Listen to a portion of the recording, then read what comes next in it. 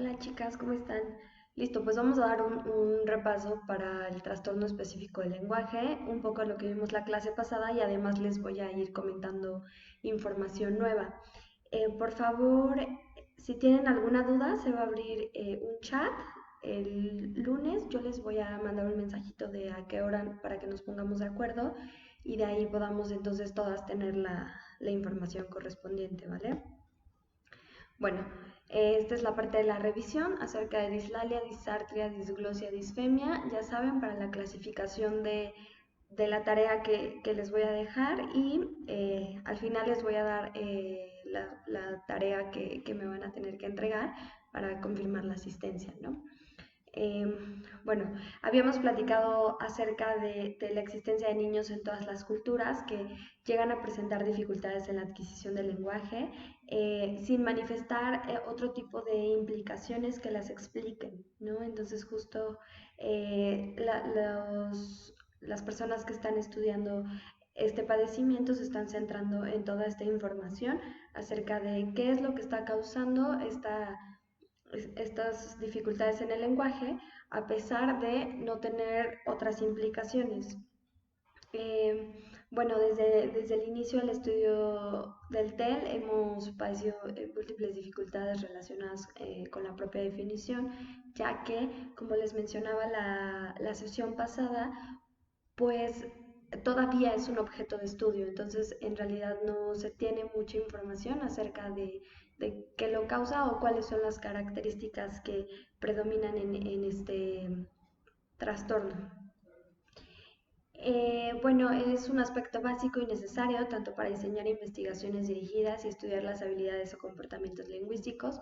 Sobre todo en España están muy interesados en llevar a cabo estos objetos de estudio, eh, a pesar de que el término no es tan nuevo, sino que ha surgido dentro de otros años, como en los 80 más o menos, pues todavía no se tiene tal cual identificado cuál es como el repertorio de información que tenemos para decir este es un TEL o no es un TEL, simplemente es una clasificación que no entra dentro de las demás clasificaciones, entonces se deriva un TEL. Bueno, ya sabíamos que el término disfasia sustituía a otros, eh, específicamente alalia, la parte de audiomudez, sordera verbal congénita, fase evolutiva, etcétera. Se trata de un problema que según distintas estimaciones afecta entre el 2 y el 7% de la población infantil y en primer lugar abordaremos algunas definiciones significativas de diferentes autores, ¿no? En la actualidad la utilización del término TEL parece obedecer un carácter más descriptivo. A mitades del siglo XX se propusieron una serie de tipologías para clasificar a la población con niños con TEL, pero en realidad es que no es una población homogénea, entonces no podemos saber qué características cubre cada niño que tiene este padecimiento, ¿no? Se establecieron otras taxonomías con el objetivo de validar experimentalmente los datos derivados de observaciones y agrupaciones clínicas. Eh, Nos aparece el tema de la delimitación de criterios que se utilizan en el ámbito de la investigación y la logopedia o terapia del lenguaje para identificar a los niños con TEL. Bueno, esta identificación es un tema complejo, como les mencioné anteriormente, pues aún es un objeto de estudio, entonces los criterios que se han seguido para esta identificación han sido principalmente criterios de exclusión, de especificidad, de discrepancia y de desarrollo. Es decir, si tienen algún otro problema como alguna dislalia audiógena o algún tema de disglosia o demás, entonces se descartan esos niños y los que no tienen aparente problema con algún tipo relacionado se clasifica en TEL. En definitiva, este niño presentaría un TEL si el trastorno no puede atribuir a ninguna causa obvia, lo que les decía, si no tiene el pequeño un síndrome de Down o algún tema auditivo o algún tema de autismo, por ejemplo, entonces se clasifica específicamente como un TEL, no un trastorno específico del lenguaje. Eh, Sin embargo, numerosas investigaciones sobre el trastorno específico del lenguaje revelan que estos niños pueden presentar deficiencias adicionales en audición, habilidades cognitivas o motoras, sugiriendo que este trastorno y la implicación de los sistemas lingüísticos no es tan específico como parece. Entonces, lo que les decía, ¿no? Se tiene como cosas que sí, cosas que no, pues al final de cuentas sigue siendo un objeto de estudio, entonces no se tiene todavía como una lista de criterios para el diagnóstico. Bueno, el concepto y las definiciones. El término trastorno específico del lenguaje es una traducción al español del inglés del Specific Language Impairment, popularizado entre otros autores por Bishop y Leonard, aunque existen precedentes de la década de los 80, lo que les comentaba al inicio, ¿no? Que a pesar de que ya tiene pues una buena cantidad de años que se empezó a emplear este término, en realidad no se ha diagnosticado o no se ha encontrado criterios específicos que digan este es un TEL, ¿no? Eh, bueno, este trastorno fue derivado de diferentes de trastornos, ya sean afásicos de adultos, clásicos como la lalia, la audiomudez, sordera verbal, lo que les comentaba en la sesión pasada, ¿no? Que son, pues en realidad como no tiene esto, no tiene esto, no tiene esto, entonces, pues que tiene un TEL. Eh, Se consideró incluso la fase infantil, aunque fue considerado como un trastorno evolutivo. Tenían problemas de comprensión graves, expresión del lenguaje hablado también, en ausencia de pérdida auditiva, retraso mental o trastorno emocional, ¿no? Lo que les comentaba que a veces cuando los pequeñitos no se desenvuelven en un entorno social agradable, presentan o tienden a presentar dificultades de lenguaje, ¿no? Incluso ya sea en expresión o meramente en adquisición. En ambas definiciones, debido a la derivación de la fase en adultos, se alude al carácter lesional o disfuncional del trastorno. En la misma dirección se pronunció a Julia Guerra al referirse a los niños oyentes mudos, niños que no adquirían el habla sin poderse justificar ni por falta de inteligencia ni de oído, ¿no? Entonces era otra forma específica de decir un retraso en el desarrollo del lenguaje. Otro autor, que se llama Lunay, utilizó el término disfasia para referirse a un trastorno funcional sin sustrato de lesión orgánica clínicamente descubrible, ¿no? Entonces justo es, todas estas definiciones van especificadas hacia el TEL, al trastorno del que estamos hablando, o un retraso en el lenguaje, ¿no? La disfasia funcional para nosotros es una forma evolutiva del déficit del lenguaje observado en los primeros años de vida, ¿no? Todas estas partes de los estadios que tienen un retraso totalmente curable, como lo que decíamos, una dislalia evolutiva, podría ser lo que nosotros decíamos de, bueno, a los 4 años no lo puede hacer, pero es normal, ¿no? O hasta qué edad es normal que modifique algunas palabras o algunos sonidos. Eh, También reservan términos de afasia congénita de expresión, audiomudez, afasia de recepción, sordera verbal y agnosia auditiva para referirse a los trastornos graves de adquisición y elaboración del lenguaje. Entonces, si se dan cuenta, todo va basado más bien hacia un retraso en el lenguaje, pero se caracteriza como un trastorno específico, ¿no? Algo que identificamos qué es y cómo evaluarlo y cómo trabajarlo, pero sin tener algún tipo de deficiencia auditiva, mental o algún tipo de trastorno orgánico en general. Este trastorno puede implicar alguno de los componentes o todos, ¿no? Este, Fonológico, morfológico, semántico, sintáctico, pragmático.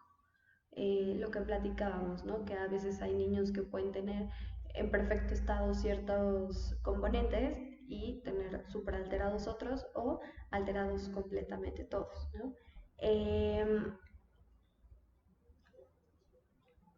Seguimos. Johnston consideró que la importancia de esta definición no estriba en las respuestas que proporciona, sino en las cuestiones que plantea, ¿no? Alude explícitamente a los procesos psicológicos de comprensión y expresión, a las modalidades de lenguaje oral y escrito y a los componentes lingüísticos, fonología, morfología, semántica, sintaxis y pragmática. Recuerden que yo les comentaba que justo las personas leemos y escribimos como hablamos, entonces justo es por eso que se lleva estas modalidades tanto oral y escrito, porque se ven afectados cuando los niños tienen un problema de lenguaje. Cristal aplicó término de disfasia infantil a los niños que por alguna razón han fracasado totalmente en el desarrollo del lenguaje, que lo han hecho solo parcialmente o que se han desviado del curso normal, ¿no? Entonces justo lo que les decíamos que les decía que tenemos estas variaciones entre los 3 y los 5 años, o que tenemos variaciones de estaba ponido y en lugar de puesto, pues este autor lo clasifica como disfasia infantil. Los autores marcaron una serie de criterios mínimos para el diagnóstico de los niños con TEL y de exclusión de niños cuyos problemas con el lenguaje obedecen a una causa diferente, ¿no? Los criterios son un nivel auditivo de 25 decibeles en la banda de frecuencias de 250 a 6000 Hz y de 25 decibeles en el reconocimiento de palabras familiares. En general, la audición se clasifica como normoacusia a los 20 decibeles, el estatus emocional y conductual normal, por lo que se excluyen los casos que presentan problemas conductuales graves o problemas especiales de ajuste familiar o escolar. Nivel de intelectual mínimo, por lo que se considera que no presentan este trastorno niños cuyo CI de ejecución sea inferior a 85, ¿no? Entonces justo estos criterios, si un niño escucha por debajo de lo normal o tiene un estatus emocional por debajo de lo normal o conducta o un nivel intelectual por debajo de lo normal, entonces son criterios para decir, este niño no tiene TEL. Igual que los estatus neurológicos, destrezas motoras, nivel lector normal. Entonces justo lo que decíamos, ¿no? Las destrezas motoras del habla normal es esta parte de la producción de sonidos que no tienen alguna dificultad.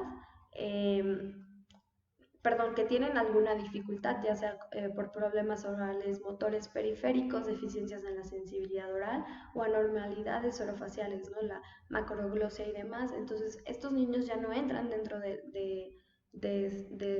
diagnóstico de TEL. Continúa el estudio y caracterización del TEL y en el 91 aparece un artículo de Leonard en el que se plantea si el TEL debe constituir una categoría clínica, ¿no? Como decir, a ver, pues es que no está clasificado aquí, no está clasificado acá y en realidad no tenemos criterios diagnósticos específicos, entonces pues no se sabe si realmente debemos construirlo o debemos anexarlo dentro de una categoría clínica, ¿no? Consideraba que la causa de un trastorno del lenguaje es el producto de la variación en los factores genéticos y ambientales, que hacen que algunas niñas sean torpes, otros sean musicales, otros tengan dificultades especiales y de su propio esquema corporal. Todo se relaciona dependiendo del desarrollo social y familiar, ¿no? Los niños con trastornos en el lenguaje serían simplemente niños en los que sus habilidades lingüísticas se sitúan en el extremo inferior continuo de la dimensión lingüística, ¿no? Entonces justo estos niños que se salen como dentro del normodesarrollo, entonces ya tendrían ahí como un criterio para decir, bueno, puede que padezca TEL.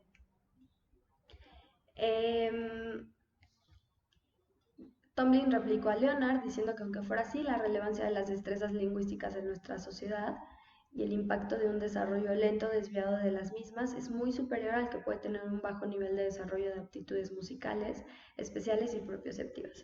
O sea, es decir, autor indica que a pesar de que el niño pueda tener un impacto en un desarrollo lento, no tiene algo que ver con aptitudes musicales, espaciales o propioceptivas. Puede que sí, puede que no, pero no todo el tiempo se da que cuando tienen un desarrollo lento tengan estas aptitudes afectadas, ¿no? Y bueno, el TEL no se constituye una categoría clínica como una caracterización global, sino que se trata de un conglomerado de subcategorías o subgrupos con posibles factores casuales diferentes.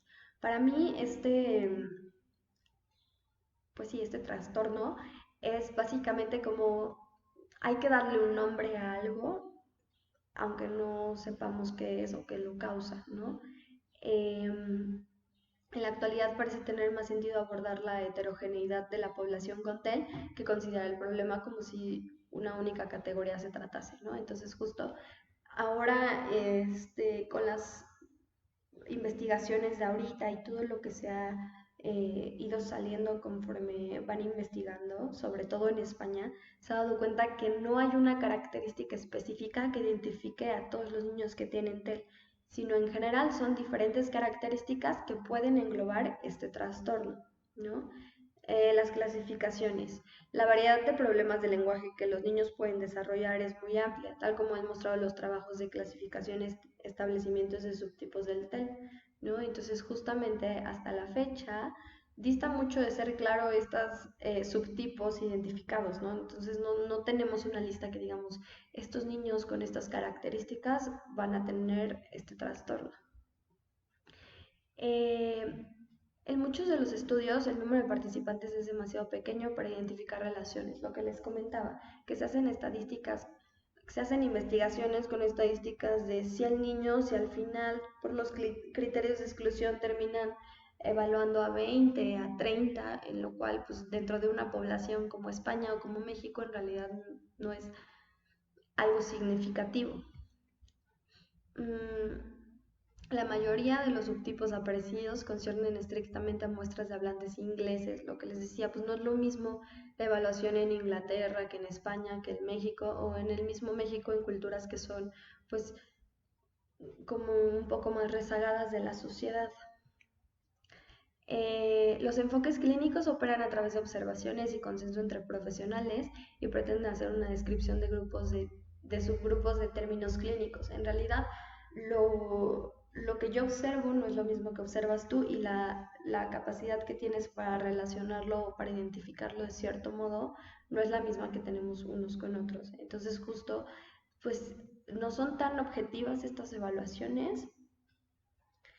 Es por eso que no se logran como dar información concreta, ¿no? La categorización más clásica del TEL procede de los trabajos de Rapin y Allen y se basa en la clasificación en tres categorías principales de trastornos del desarrollo del lenguaje.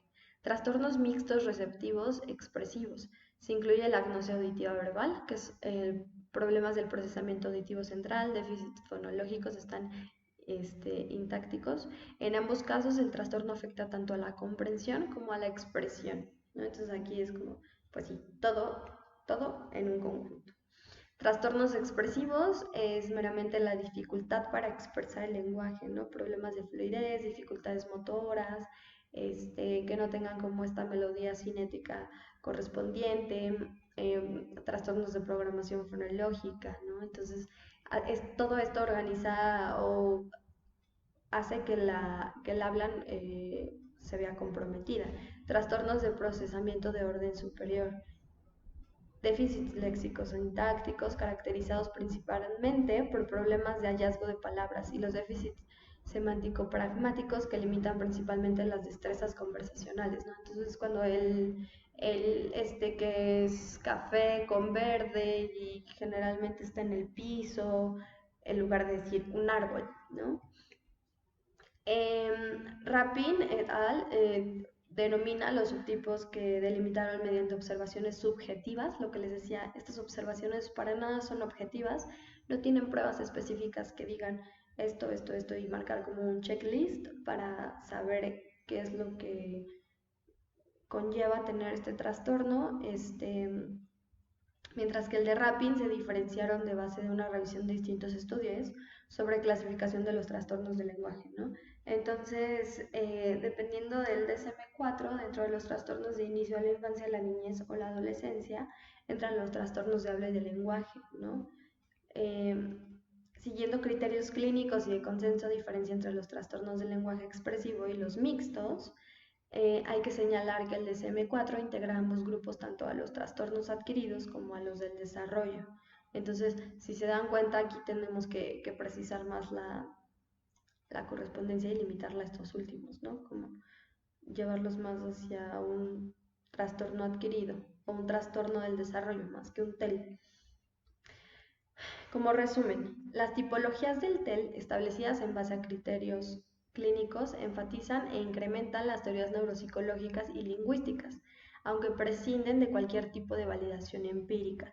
De las primeras clasificaciones derivadas del estudio de la afasia infantil, se han pasado progresivamente a establecer unas tipologías del TEL que pueden ya recibir el nombre de específicas de los trastornos del lenguaje en la infancia. Entonces, si se dan cuenta, en realidad el TEL es meramente una base de observaciones y suposiciones que se hacen pues ante ciertas patologías presentes o que no están presentes. Bueno, en distintos estudios psicométricos se han examinado el fundamento empírico de los sistemas de clasificación de los trastornos, ¿no?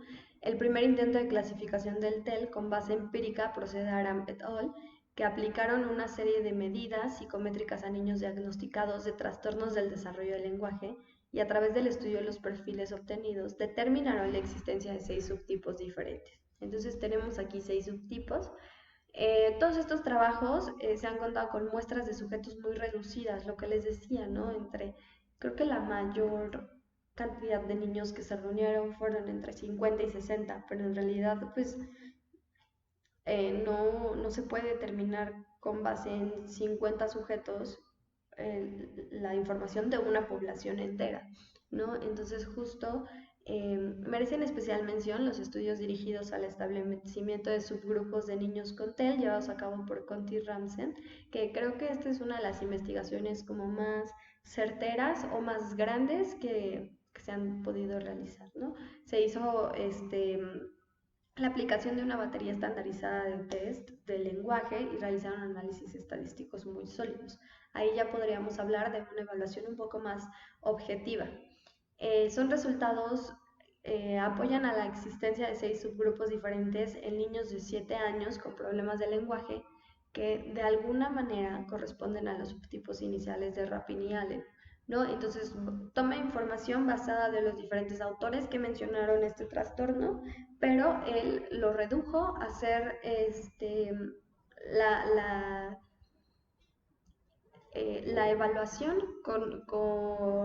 de una forma más objetiva que tuviera numerología, lo que les decía, ¿no? Que siempre queremos ver números para saber más o menos gráficamente cómo estamos. En la actualidad siguen apareciendo investigaciones empíricas dirigidas al establecimiento de subgrupos de niños con TEL. Van Dahl et al., utilizando asimismo una amplia batería de tests de habilidades fonológicas, léxicas, morfosintáxicas, discursivas y pragmáticas, han determinado la existencia de 4 subgrupos. Entonces, si se dan cuenta, tienen habilidades fonológicas, léxicas, morfosintácticas, pero en realidad nos hacen falta pragmáticas, sintagmáticas, semánticas. Entonces, justamente eso, hay que poner mucha atención en eso. Han determinado la existencia de 4 subgrupos que los dominan como déficit léxico-semántico, déficit de producción del habla, déficit sintáctico-secuencia y déficit de percepción auditiva.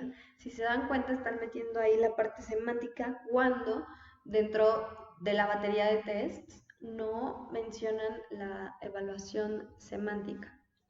Merece destacar este trabajo por ser uno de los pocos realizados con sujetos de lengua no inglesa, concretamente se muestra está formada por sujetos holandeses. En general, el idioma sigue siendo diferente, la muestra de población sigue siendo muy deficiente. En definitiva, nos encontramos ante 2 orientaciones diferentes a la hora de clasificar a los objetos que presentan TEL, tipo clínico y base empírica. Ahorita lo vamos a ir viendo. Aunque estas no son coincidentes, puesto que estamos ante un trastorno con manifestaciones muy heterogéneas, pensamos que con un carácter operativo y para conseguir la máxima simplificación de los criterios, no podemos referir a un grupo de niños cuyas diferencias se circunscriben al plano expresivo, trastorno específico del lenguaje expresivo, y a otro grupo con dificultades del plano expresivo y receptivo en mayor o menor grado. Entonces, es un trastorno específico del lenguaje expresivo receptivo, sin descartar la existencia de algunos casos de difícil ubicación en estos 2 grandes apartados, ¿no? Entonces justo se engloban el TEL dentro de 2 apartados diferentes, expresivo y expresivo receptivo, que vendría siendo algo similar al mixto. Bueno, los criterios que plantearon para la identificación del TEL. Uno de los problemas más importantes a la hora de referirnos al TEL radican en no saber exactamente qué tipo de niños, con qué problemas y qué perfiles lingüísticos nos estamos refiriendo, ¿no? Lo que les decía, como quiera, ya tenemos una persona con síndrome de Down, ya sabemos que va a tener macroglosia, el paladar un poco más pequeño de lo usual, la cavidad oral más pequeña de lo usual y aunado a la macroglosia, entonces va a tener déficit para empezar respiratorios, ¿no? Entonces desde ahí el trabajo se inicia y ya sabemos qué perfil vamos a tener y qué es lo que podemos trabajar y cómo lo vamos a trabajar, pero teniendo un TEL con el que los perfiles lingüísticos están completamente diferidos y no sabemos a qué situación nos vamos a presentar, es un poco más complejo ir teniendo o tomando en cuenta estos criterios. Para tener un claro concepto de cuáles son las personas que presentan el problema que hemos denominado TEL, necesitamos conocer criterios que se han utilizado para identificarlo, ¿no? Este último estudio, de los que todo el mundo dicen que es de los mejores porque es un poco más objetivo, pues nos dicen que estos criterios se han seguido para la identificación del TEL, han sido principalmente criterios de exclusión, de especificidad, de discrepancia y de evolución. Lo mismo que los autores anteriores, ¿no? Entonces, tiene sordera, no tiene TEL. Tiene síndrome de Down, no tiene TEL. Y bueno, no tiene sordera, no tiene síndrome de Down, no tiene temas orgánicos, no tiene temas fisiológicos, no tiene temas anatómicos, entonces no entra como dentro de ningún rango de dislalia, disglosia además, entonces que tiene un TEL. Un niño presentaría un TEL si el trastorno no se puede atribuir a ninguna causa obvia, lo que les decía. Entonces, no tiene como algún tema visible, sus ejecuciones en tareas relativas al lenguaje son significativamente peores que las que se refieren a otras habilidades, generalmente y principal cognitivas, y si los problemas lingüísticos perduran en el tiempo, aunque cambien de alguna forma sus manifestaciones. Lo que les decía, ¿no? Si no tiene como un tema aquí de que, bueno, a los 4 años tiene para superar este tema de imponido y a lo mejor puede evolucionar, pero este, sigue teniendo alguna dificultad para la conjugación de verbos, entonces ya podríamos poner como un registro de un TEL. Identificación por inclusión y exclusión. Los criterios de inclusión y exclusión aluden a los requisitos mínimos de un individuo debe tener para ser incluido dentro de la población de TEL o por el contrario, los problemas y alteraciones que se deben descartar de un individuo para identificarlo con este diagnóstico, ¿no? Los más utilizados en la selección de sujetos que van a constituir la muestra de trabajos de investigación. Según estos criterios, no forman parte de la población de individuos con TEL aquellos que presentaran causa principal retraso mental, deficiencia auditiva, disturbios emocionales, anormalidades bucofonatorias y signos neurológicos claros, lo que les mencionaba, ¿no? En algunos casos también se han excluido los niños cuyo problema de lenguaje sea una consecuencia de factores adversos de tipo sociocultural o ambiental, es decir, como la compañerita que nos mencionaba que su alumno venía de una ranchería, por lo que su lenguaje era muy limitado y en general, entonces ahí ya no entra dentro de un TEL. Dentro de la inclusión pueden formar parte de la población de niños con TEL los que manifiesten un nivel cognitivo mínimo, los que superen un screening auditivo en frecuencias conversacionales, los que no presenten ninguna lesión que pudiera explicar el trastorno, los que hayan sido diagnosticados dentro de algún cuadro del espectro autista, ¿no? Ahorita vamos a ver justo la diferencia entre el TEA y el TEL. Aunque existe un amplio consenso dentro del ámbito investigador en la utilización de los criterios de exclusión, su definición operacional puede variar entre distintos autores. Stark et al. Se refería que los niños con TEL tuvieran conciencia intelectual, coeficiente intelectual, no verbal superior a 85, aunque otros investigadores proponen un CI entre 75 y 80 como un punto de corte. Entonces varía un poco, pero en realidad no van tan lejos el uno del otro. Con respecto a la audición, et al. Solo incluye la categoría de TEL a los niños que superan un screening audiométrico bilateral de 20 decibeles, que les decía que estaba dentro de la norma acusia, ¿no? Mientras que otros eh, una prueba de discriminación auditiva de palabras familiares con una intensidad de 25. ¿no? Entonces justamente otros autores mencionaban esta parte de 25 decibeles dentro del screening audiométrico bilateral, ¿no? Entonces está siendo como, sí, pruebas más objetivas, pero también se está viendo un poco más estricto en cuanto a los criterios de exclusión. Se excluye también a los niños cuyas historias evolutivas y exploraciones neurológicas evidencien signos específicos de lesión, ¿no? Ya sea un traumatismo craneoencefálico, afasia, también un tema como de convulsiones en general. Excluyen a los niños con trastornos fonológicos. Las normas son más variables, ¿no? Por ejemplo, el sistema diagnóstico de et al, ya comentado, se excluye también a los niños cuyos problemas fonológicos sean más graves que los lingüísticos. Especifica la diferencia en gravedad que se debe presentar entre unos y otros problemas, lo que hace que la adopción de este criterio dependa de la propia decisión del investigador. Ahí ya es un tema más subjetivo porque el investigador está decidiendo si entra o no. Se requiere la utilización de unos mínimos criterios de inclusión para garantizar un buen control experimental. Entonces, si se dan cuenta en general, hay poblaciones con bastantes similitudes al TEL y que podrían llegar a confundirse un poco en general con alguna dislalia, con alguna lalia, pero no hay algo en específico que nos diga esto es TEL, ¿no? Lo voy a repetir mucho porque es algo que quiero que lo entiendan, por lo que es también un poco complicado clasificar a los niños con este diagnóstico, ¿no? Los criterios de especificidad son en cierta forma complementarios a los de exclusión y se podrían considerar como la otra cara de la misma moneda, ¿no? Si por exclusión se entiende que se descartan otras posibles etiologías del origen de algún trastorno, por especificidad se entiende que los niños con TEL no pueden presentar ninguna patología diferente a la lingüística. Entonces, distintas investigaciones sobre el TEL han revelado que algunos niños muestran dificultades adicionales en sus habilidades auditivas, cognitivas o motoras. Si esto es así, el trastorno no es tan específico como previamente se creía. Lo que les decía, puede variar mucho y es según el autor y según la corriente que quieran tomar, pero es que en realidad no tienen como criterios específicos, ¿no? Es más, las implicaciones teóricas pueden ser completamente diferentes en ambos casos. La especificidad, del trastorno del lenguaje, dejando intactas otras habilidades, vendría a indicar que el funcionamiento lingüístico tiene una composición modular y es independiente de otros dominios cognitivos.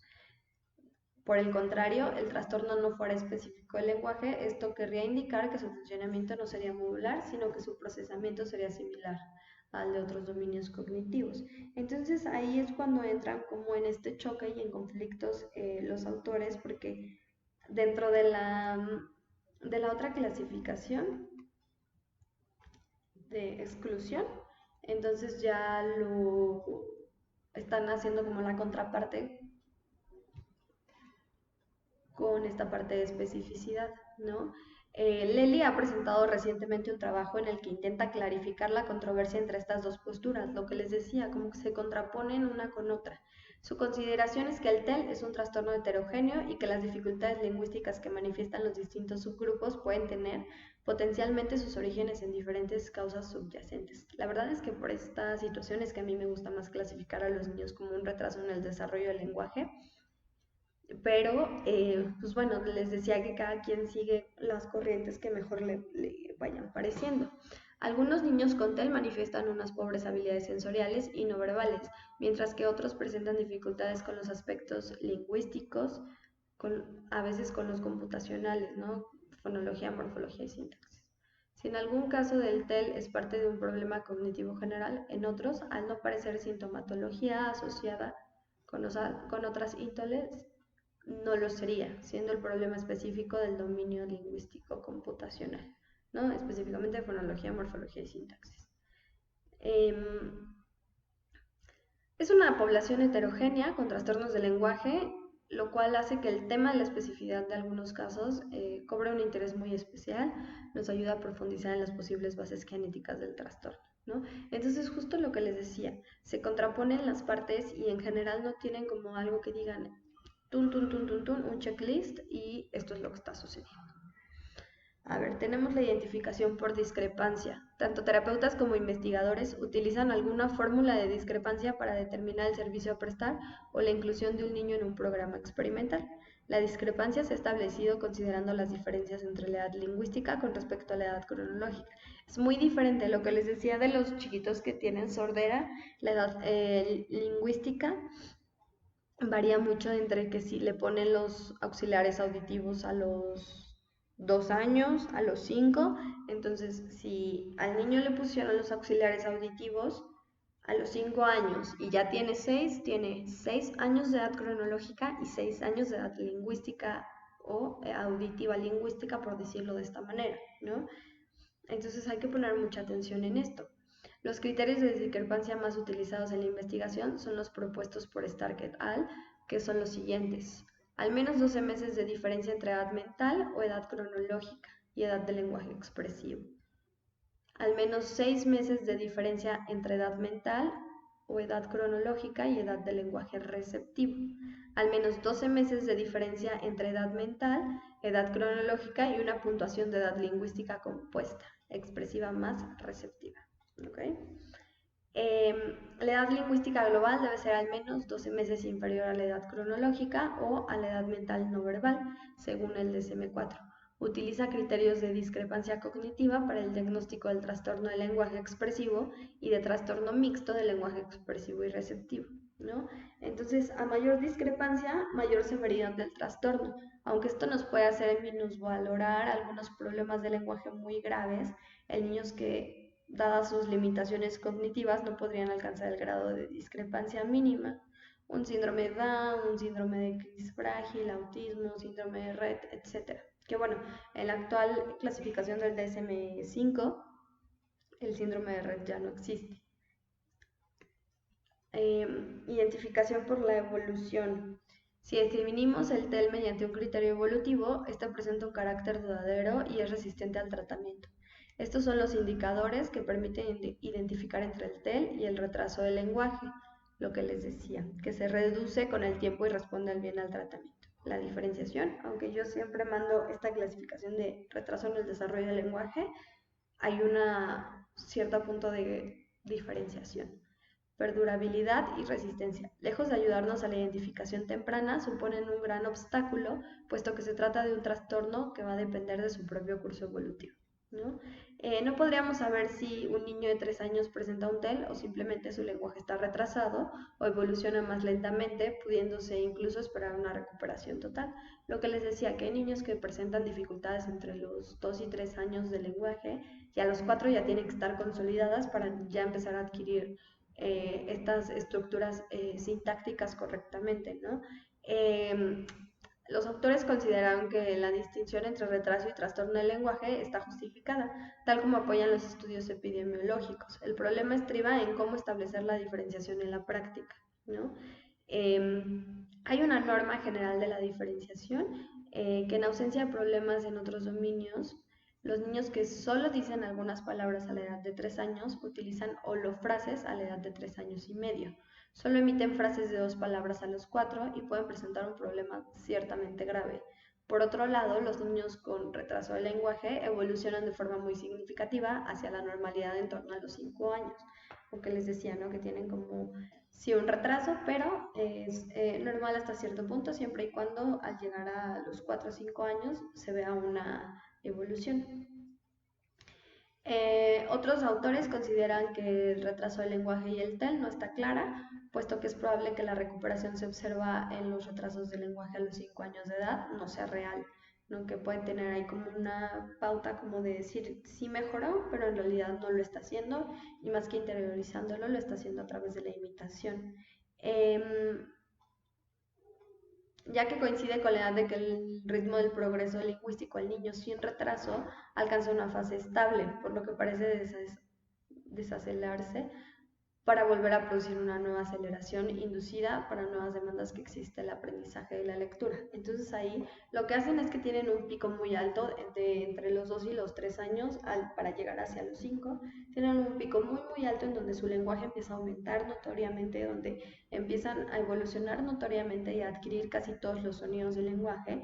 Y lo que pasa es que alrededor de los 5 o 6 años más o menos se detiene otra vez porque empiezan con esta parte de interiorización de la lectoescritura. En definitiva, la cuestión referente a la existencia de dos categorías no está ni mucho menos resuelta.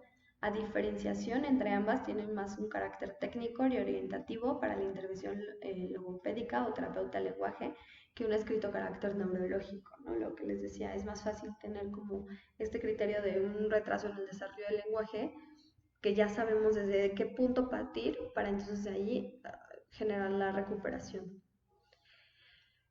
Las consideraciones finales. El tema de la clasificación de los niños con TEL ha avanzado desde las primeras inferencias clínicas hasta unos estudios metodológicamente muy correctos que han intentado validar clínicamente los subgrupos obtenidos empíricamente, ¿no? El problema central radica en este momento en establecer la diferenciación con base en los procesos psicológicos de comprensión, expresión o incluso de ambos. Tenemos que atender a las dimensiones lingüísticas de fonología, morfología, sintaxis, semántica y pragmática. O sea, en general, estos 5 puntos que son claves para el lenguaje interno y externo, debemos de centrarnos en trabajar en ellos, ¿no? En relación a los criterios de identificación del TEL, los más utilizados han sido los criterios de inclusión y exclusión, de especificidad, de discrepancia y de tipo evolutivo, ¿no? Son estas justo 4 categorías que debemos tomar en cuenta si queremos hacer un diagnóstico de TEL. Según los criterios de inclusión y exclusión, solo se considera que presentan TEL los niños cuyo trastorno del lenguaje no se puede explicar por ninguna otra causa de tipo cognitivo, auditivo, emocional, neurológico, por lo que se van a excluir de esta categoría los niños que tengan trastornos lingüísticos, ¿no? O alguno de los problemas anteriormente mencionados. Si se adopta la perspectiva de la especificidad, se supone que el trastorno debe afectar al lenguaje y solo al lenguaje. Ese es como el punto clave, solamente al lenguaje, ya sea interno o externo, pero al lenguaje. Se identifican que los niños con TEL siguen criterios de discrepancia entre sus habilidades lingüísticas, expresivas, receptivas y cognitivas, ¿no? Todas estas fórmulas derivan de una hipótesis cognitiva, con la cual el desarrollo cognitivo es un prerequisito necesario para que emerja el lenguaje. Entonces, justo es que nos está hablando que esta parte cognitiva es el prerequisito, así como los niveles de aprendizaje, la atención, la memoria, la habituación, que son los dispositivos básicos del aprendizaje. En este caso, la parte cognitiva es un prerequisito para el desarrollo óptimo del lenguaje. Los criterios utilizados de la identificación del TEL ha sido evolutivo, según el cual el TEL presenta un carácter duradero y es resistente al tratamiento, ¿no? Este criterio centra el debate de retraso frente a la desviación lingüística, tema que no está del todo resuelto. Las investigaciones sobre hablantes tardíos están aportando datos enriquecedores sobre el retraso y la desviación del lenguaje. Recuerden que el retraso en el desarrollo es cuando tiene dificultades para adquirirlo y la desviación del lenguaje es lo que decíamos, ¿no? Que tienen a cierta edad, generalmente entre los 3 años, alguna dificultad y entonces, para adquirir el lenguaje y entonces lo modifica a como ellos creen que se debe utilizar, pero alrededor de los 4 años se va adaptando de forma correcta, ¿no? Como este ejemplo que les pongo mucho de ponido y puesto, o tú lo puniste en vez de lo pusiste, entonces justamente de esto se trata un poco la desviación del lenguaje. La mayoría de los niños que han sido hablantes tardíos siguen posteriormente presentando problemas lingüísticos, ¿no? En general, los datos que disponemos son bastante insuficientes con respecto a la persistencia de retrasos de lenguaje y bueno, la narrativa y la comprensión de vocabulario son las habilidades que marcan principalmente las diferencias entre hablantes tempranos y tardíos. Lo que les decía, ¿no? Que nosotros leemos y escribimos como hablamos. Em, Poder llegar a establecer el punto crítico o edad a la cual la probabilidad de remisión del problema es más o menos probable, pues, o sea, sería lo mejor que nos podría pasar, ¿no? Tener como esta información ya resuelta. Los trabajos que hemos mencionado anteriormente, que hemos platicado, eh, apuntan hacia una elevada persistencia del problema, si bien los periodos del seguimiento en estudios longitudinales han sido relativamente cortos, ¿no? Y también la cantidad de sujetos que tenemos como muestra para dichos estudios, pues es bastante pobre. En conclusión, a ver, estamos ante una población altamente heterogénea, por lo que los intentos de clasificación se han de situar siempre en el dilema entre la individualidad de cada niño con TEL y la necesidad de buscar puntos comunes con vistas del establecimiento de unos esquemas diagnósticos adecuados. Y además también a la planificación de la mejor opción terapéutica, ¿no? En general yo creo que más que centrarnos en el diagnóstico del niño, va a ser más en la rehabilitación o habilitación de este, ¿no? Centrarnos más en el tema de la génesis del problema, qué es lo que está generando el problema, más que en cuál es el problema. Tenemos aquí tipos de TEL, la clasificación de la expresión, comprensión, denominación, repetición y sintaxis. El tipo de TEL es programación fonológica, cierta fluidez en expresión, normal o casi normal la comprensión, dificultad de articulación, repetición, dificultad, mejor que en espontáneo, y sintaxis, enunciados casi ininteligibles. Entonces les voy a dejar un poquito aquí la tabla para que la chequen, para que vayan identificando, pero en realidad es que en lo personal prefiero clasificar como un retraso en el desarrollo del lenguaje y de ahí hacerlo evolutivo a algún tema como alguna dislalia, algún tema de algún diagnóstico de este estilo, antes que aventurarme a ayudar a una clasificación como TEL. A ver, este es un tema que quería tocar, que es la diferencia entre TEL y TEA, ¿no? Entre el trastorno específico del lenguaje y el trastorno del espectro autista, que suele confundirse mucho y que solemos clasificar mucho a muchos niños dentro del TEL o del trastorno del desarrollo del lenguaje en lugar de un TEA. El TEA generalmente tiende a diagnosticarse alrededor de los 3 años, 3 años y medio, que es cuando tenemos la oportunidad de dejar que estas áreas que se ven afectadas lleguen a su clímax de maduración y entonces podamos decir si fue simplemente una inmadurez o ya va más relacionado con la parte fisiológica, ¿no? Hay una clasificación extensa de ambos trastornos y establecerla es muy importante, ya que eso permitirá que se lleve a cabo un buen tratamiento y que además sea más eficaz, ¿no? No es lo mismo los objetivos que nos vamos a plantear ante una persona con trastorno del espectro autista ante una persona con TEL, ¿no? Que si recordamos lo que les mencionaba anteriormente es específicamente del lenguaje, el TEL. A pesar de que la comunicación es un factor fundamental a considerar para averiguar ante qué trastorno nos encontramos, también habrá que valorar otras muchas habilidades cognitivas. Tenemos aquí las diferenciaciones entre el trastorno específico del lenguaje y el trastorno del espectro autista. Dentro del trastorno específico del lenguaje se produce un retraso en la adquisición del mismo en niños que no tienen discapacidad auditiva ni sufren ninguna otra causa de retraso en su desarrollo. La causa es desconocida, pero la mayoría de los estudios relacionan su origen con alteraciones genéticas. Por consiguiente, es muy probable que los padres de un niño con TEL hayan tenido antecedentes de dificultades lingüísticas. Por eso es súper importante hacer la historia clínica antes de empezar un tratamiento, además de la evaluación también. Dentro del trastorno del espectro autista, es un grupo de afecciones caracterizadas por la alteración del comportamiento social, comunicación y lenguaje, con diferentes grados de afectación y por un repertorio de intereses y actividades restringidos, estereotipados y repetitivos. La causa de este trastorno se basa en múltiples factores, entre ellos los genéticos y ambientales. No tenemos todavía la causa de que, como decían, ¿no? Las vacunas causan autismo, no, pero en general se suele decir que son genéticos y ambientales, ¿no? Las afectaciones. Y son 4 áreas que se ven afectadas dentro del autismo o de este trastorno, ¿no? Que es lenguaje,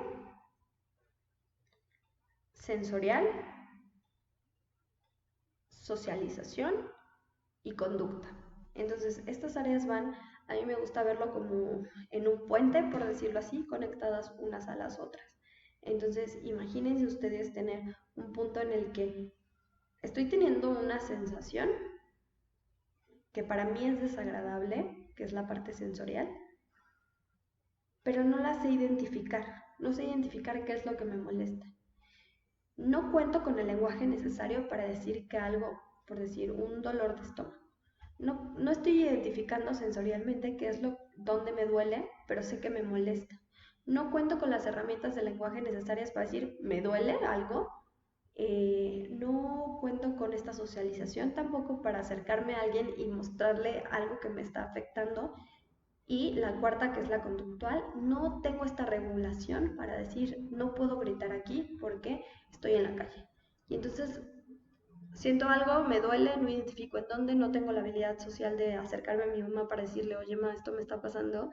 No tengo la habilidad conductual para decir, no lo tengo que hacer, y entonces grito, lloro, me exalto. Y eso es lo que sucede con estos chiquitos que tienen TEA. ¿Por qué se confunden? Lo que ocurre es que en ambos casos el niño no puede relacionar con el entorno a través del lenguaje, ya sea porque se encuentra alterado, sea escaso o por su ausencia total.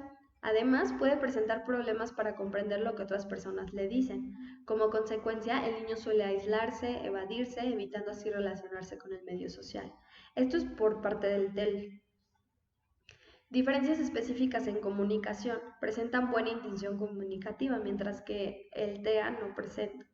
No muestra ausencia total de lenguaje expresivo, puede darse desde la ausencia de comunicación hasta un lenguaje fluido con alteraciones en la prosodia, es decir, que luego hablan como robots, eso es lo que sucede. Modificación en la articulación de sonidos. Aunque aparezca el lenguaje expresivo, es posible que este no tenga una función comunicativa.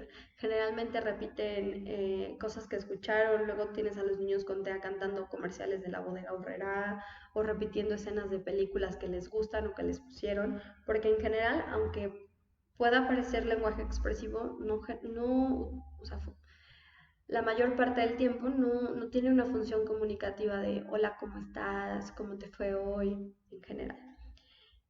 Puede haber variaciones en algunos o todos los componentes del lenguaje, fonología, morfosintaxis, semántica y uso social del lenguaje, ¿no? Se pueden alterar todos los componentes del lenguaje, la comprensión del lenguaje puede verse afectada, eh, también se ve afectada la comprensión del lenguaje. Hay casos en los que la expresión del lenguaje está más distorsionada, otros en los que la alteración es de la comprensión y otros en los que se afectan ambas. Eh, Pueden aparecer ecolalias y verborrea, es decir, la ecolalia es repetir todo lo que uno le dice, o verborrea, lo que les decía de empezar a emitir cosas que si no tienen sentido en ese momento. Las frases pueden ser telegráficas, ¿no? Luis agua, Dani pan, ¿no? Pueden incluso inventar palabras únicas, se llama neologismos. La comprensión generalmente estará afectada en la mayor o menor medida. Y dentro de las habilidades sociales, ¿no? Los problemas de expresión y comprensión del lenguaje suelen provocar que se restrinjan socialmente. Sin embargo, sí tienen, o sea, sí cuentan con la capacidad de empatía y reconocimiento emocional, así como de patrones sociales, ¿no? El TEA muestra falta de empatía y reconocimiento emocional, evitan contacto ocular, mostrando poco interés por la intervención, rechazan jugar con sus iguales y no establecen relaciones sociales, ¿no? El TEL presentan contacto ocular, mientras que el TEA no. No presentan resistencia al cambio en situaciones, no suelen tener conductas obsesivas, en ocasiones debido al mal manejo de la frustración tienen conductas disruptivas. En el TEA sus conductas suelen ser obsesivas, muestran rutinas reiterativas con determinados objetos o partes de ellos. Su temor se agrava al colocarlos ante nuevas situaciones o personas desconocidas. Entonces, si se dan cuenta, sí son una parte como totalmente diferente dentro de las habilidades sociales, ¿no? Y bueno, eh, esto es todo por la clase de hoy. Si tienen alguna duda, ya saben que estoy al pendiente, que me digan, que me pueden mandar un mensajito y yo con mucho gusto se las puedo aclarar. Tengan buen día.